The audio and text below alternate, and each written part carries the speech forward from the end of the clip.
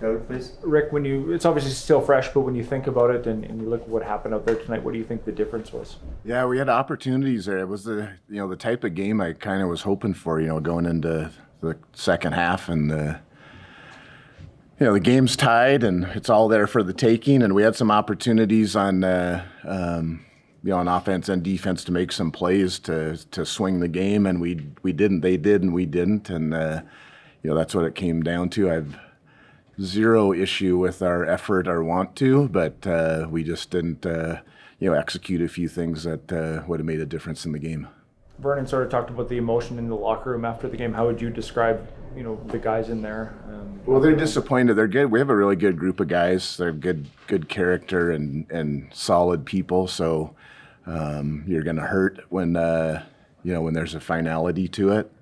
And like I said, our heart was in the right place. The want to was there. Like I said, we just didn't end up making plays to win the game. And I give Saskatchewan credit. I always like to think when we win, we had something to do with it. So credit to them for making the plays needed to win the game. And we're all disappointed. It's tough in the playoffs. It's such a abrupt ending. You're just going for weeks on end, for months and months, and doing football, and then all of a sudden it's like, who are we playing next week? And now we're not. So part of the reality of it all.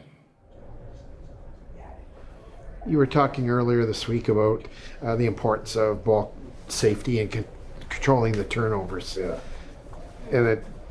But at the same time, you still have to attack. Yeah. So it's kind of a fine line that Vernon has to stride as a quarterback. Yeah, I have no problem at the end when we're trying to sling it to get back in it. So that's why you wanted to stay out of the play from behind type games. Like when I talk about it being tied and the games and the balance, that's the world we needed to live in. And then once we got down by, when it became a 2-possession game and we got to take some chances, I'm glad he does, and I'm glad that he's not worried about stats or stuff like that. He's going to try to make a play to make something happen, which that's one of the things I always appreciate about VA. So that skewed that a little, but they do a good job of taking the ball away.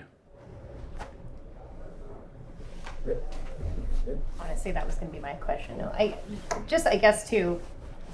What do you do when the season does come to an end? Like, what do you do tomorrow? What's life look like for you now when you're on even the phone? Yeah, it's amazing. It's a 12-month activity these days, football, and you start working towards next season of signing people and figuring out coaches and players and doing all those things. So it's you keep going. I'm sure optimistic about BC. I love being in Vancouver and with the Lions and with Amar and everything that's going on. There's a lot of hope for the future, and we'll start that process tomorrow, which is amazing. It's amazing how fast this transitions. Is it a little more tender given that the Grey Cup game's in Vancouver? It is, I understand that there's always people always talk about the pressure of you're hosting the Grey Cup. I always like to think that no matter where the Grey Cup's played, we're gonna bust our butts to try to be in it. So that's kind of the coach and me talking.